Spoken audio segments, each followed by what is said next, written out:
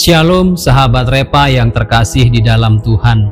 Dunia sekarang bisa mencari apa saja, dari resep, penyakit, hingga jawaban kehidupan. Sekali klik, semua informasi bisa terbuka. Tapi ada satu hal yang tidak bisa dicari di Google. Tuhan. Kita hidup di masa ketika semua haus bukti, tapi kehilangan makna. Gereja pun tidak luput dengan hal itu. Banyak yang beriman selama hasilnya bisa dilihat. Kalau doa dijawab, maka mereka berkata Tuhan baik. Kalau doa tidak dijawab, maka mereka berkata Tuhan diragukan. Namun, Alkitab justru berkata berbeda.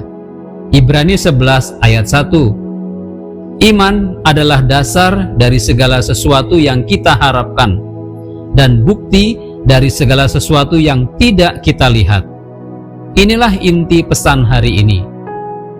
Ketika Tuhan tidak bisa di Google, imanlah yang harus hidup. Jemaat penerima surat Ibrani hidup di masa yang sulit. Mereka kehilangan harta, dijauhi keluarga, dan ditolak oleh lingkungan Yahudi. Tidak ada lagi bait Allah, tidak ada lagi imam besar, dan Yesus pun sudah naik ke sorga. Yang tersisa hanyalah iman, tapi tanpa bukti. Penulis Ibrani menulis bukan untuk memberi teori, tapi menegakkan keyakinan. Ia menegaskan bahwa iman bukan hasil observasi, tapi respon terhadap Allah yang bekerja di balik layar. Iman adalah dasar. Kata aslinya hypostasis, fondasi yang menopang hidup, bukti dari segala sesuatu yang tidak terlihat. Dalam bahasa Yunani, elenchos, bukan bukti ilmiah, tapi keyakinan batin yang tidak bisa dibantah. Iman bukan buta, iman melihat dengan cara yang berbeda. Hari ini kita mau belajar 3 hal. Yang pertama, iman berdiri di atas dasar yang tidak terlihat. Dunia berdiri di atas data, tapi orang beriman berdiri di atas janji. Habel mempersembahkan korban bukan karena melihat hasil, tapi karena percaya pada Allah. Iman sejati tidak menunggu bukti baru percaya. Ia percaya dulu, baru bukti datang. Seperti menanam benih tanpa tahu kapan tunasnya muncul. Jadi, ketika doa belum dijawab, tetaplah berdiri di atas janji Tuhan. Karena Tuhan tidak harus terlihat untuk bisa dipercaya.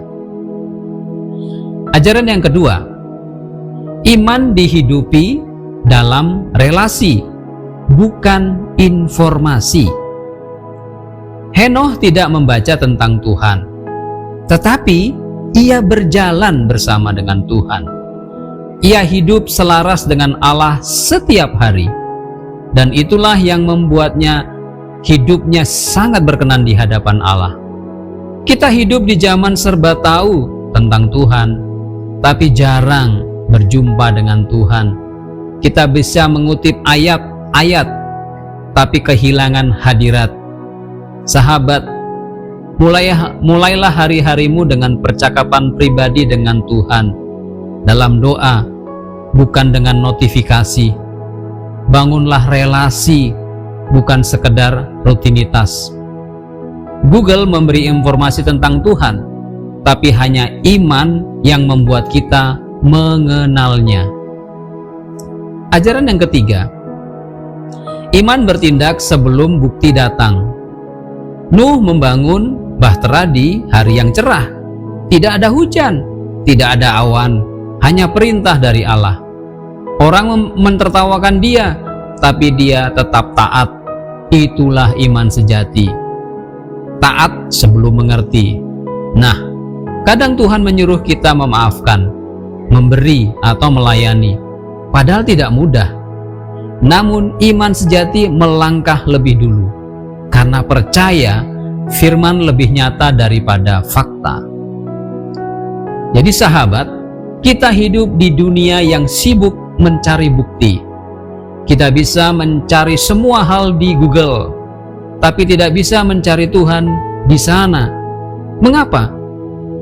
Karena Tuhan bukan data, tapi pribadi yang ingin dikenal dan diikuti. Seperti kita belajar bersama dalam iman Mennonite, iman sejati selalu diwujudkan dalam ketaatan yang nyata. Bukan iman yang diam, tapi iman yang berjalan, seperti Habel, Henoh, dan Nuh. Jadi, ketika Tuhan tidak bisa di Google, ingatlah, Dia masih bisa ditemukan oleh hati yang percaya. Dia masih bisa dirasakan oleh hidup yang taat. Dia masih bisa dialami oleh orang yang terus berjalan bersamanya. Google menjawab pertanyaanmu, tetapi hanya Tuhan yang memberi makna hidupmu. Mari kita berdoa. Tuhan, kami bersyukur karena Engkau masih bisa kami temukan, bukan lewat mesin pencari, tapi lewat hati yang percaya. Ajar kami untuk berdiri di atas janji-Mu, berjalan bersamamu setiap hari, dan bertindak dengan iman meski belum melihat hasilnya. Kami ingin mengenal-Mu lebih dalam di dunia yang semakin cepat tapi semakin kosong. Dalam nama Tuhan Yesus kami berdoa. Amin.